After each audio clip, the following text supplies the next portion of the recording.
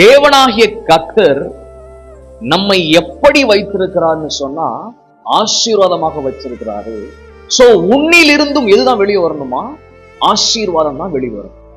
அப்போ நம்மிலிருந்து ஆசீர்வாதம் வெளிவருவதற்காக தேவன் நம்மை தெரிந்து கொண்டிருக்க, நமக்கு முன்பாக நிறைய தீமைகள் வைக்கப்படும், நிறைய தீமையான காரியங்கள் எல்லாம் உண்டாகும். ஆனா வசனம் சொல்லுது பாருங்க, தீமைக்கு தீமையையும் உதாசனத்துக்கு உதாசனத்தையும் சரி கட்டக்கூடாது. நம்ம கொஞ்சம் விலகி இருக்கணும். அட சொல்றாரு, நீங்க ஒரு கணத்தை அடிச்சா என்ன பண்ணுறீங்க, என்ன பண்ணுங்க, மறு கணத்தையும் காட்டுங்கன்னு சொல்லு. ஆனா இன்னைக்கு கொஞ்சம் டிஃப்ரெண்ட் ஆகி போச்சு.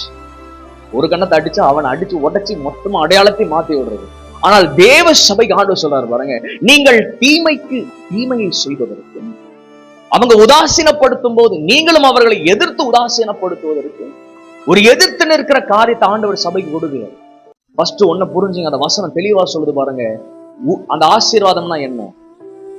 ஆசீர்வாதம் அந்த வசனத்தை மறுபடியும் வாசிங்க, பாருங்க, சத்தமா வாசிங்க.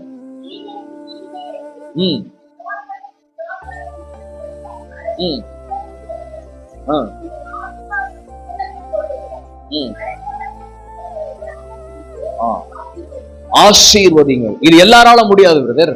இது யாரால முடியும் அப்படின்னா, நீ உன்னை ஆசீர்வாதம் என்று நீ எப்போ உணர்கிறாயோ அப்பொழுது உன்னிலிருந்து அநேக ஆசீர்வாதம் வெளியே. நீ உன்னை ஆசீர்வாதம் என்று எண்ணாமல் போட்ட, நீ உன்னை ஆசீர்வாதம் நீ தெரியாம இருக்கிறன்னு சொன்னா உன்னிலிருந்து ஆசீர்வாதத்தை தவிர மீது எல்லாம் வெளியே வரும். ஆனா ஆண்டவர் என்ன வச்சிருக்கிறார் பாருங்க, நீ ஆசீர்வதிக்கும்படி, நீ ஆசீர்வாதமா இருக்கும்படி தேவன் உங்களை தெரிந்து கொண்டிருக்க, அதை அறிந்து நீங்கள் என்ன பண்ணுங்க? ஆசீர்வதிங்கள். யாரை ஆசீர்வதிங்கள்? உங்களை ஆசீர்வதிக்கிறவர்களை ஆசீர்வதிங்களுக்கு மட்டும் கிடையாது, உங்களுக்கு தீமை செய்கிறவர்களும் என்ன பண்ணுங்க?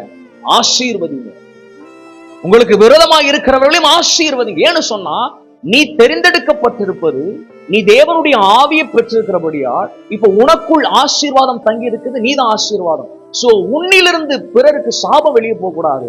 உன் நாவினால் யாரையும் சபிக்காது, உன் நாவினால் யாரையும் குற்றப்படுத்தாது, உன் கண்களால் யாரையும் பார்த்து இழிவாய் பார்க்காதே.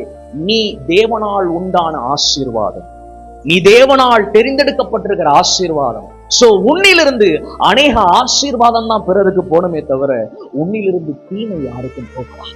உன்னிலிருந்து யாருக்கும் எந்த கெட்டதும் போகக்கூடாது. உன்னை துன்பப்படுத்துகிறவர்களுக்காக ஜெபம் பண்ணு, உன்னை வேதனைப்படுத்துகிறவர்களுக்காகவும் தேவ சமூகத்துல ஜெபம் பண்ணு. அவர்கள் என்ன விரோதமா செஞ்சாலும் கர்த்தர் உன்னை ஒரு நாளும் அவர்களிடத்துல ஒப்பு கொடுக்கிற மாட்டார். நீ அவர்களுக்கு முன்பாக தலை நிமிர்ந்துதான் இருப்பாய். நீ அவர்களுக்கு முன்பாக கண்ணீர் வடிக்க மாட்ட. கர்த்தர் கம்பீரமாய் இருக்க வைப்பார். அந்த வசனம் சொல்லு பாருங்க, தீமைக்கு தீமையை செய்யாதீங்க, உதாசனத்துக்கு உதாசனத்தை செய்யாதீங்க. நீங்கள் யார் என்றால் ஆண்டவருடைய வார்த்தை சொல்லுவது பாருங்க, நீங்கள் அந்த ஆசீர்வாதத்தை சுதந்திரிக்கிறவர்கள், நீங்களே அந்த ஆசீர்வாதமாய் இருக்கிறீர்கள். சோ அதை அறிந்து பிறரை என்ன பண்ணுங்க? ஆசீர்வதிங்க.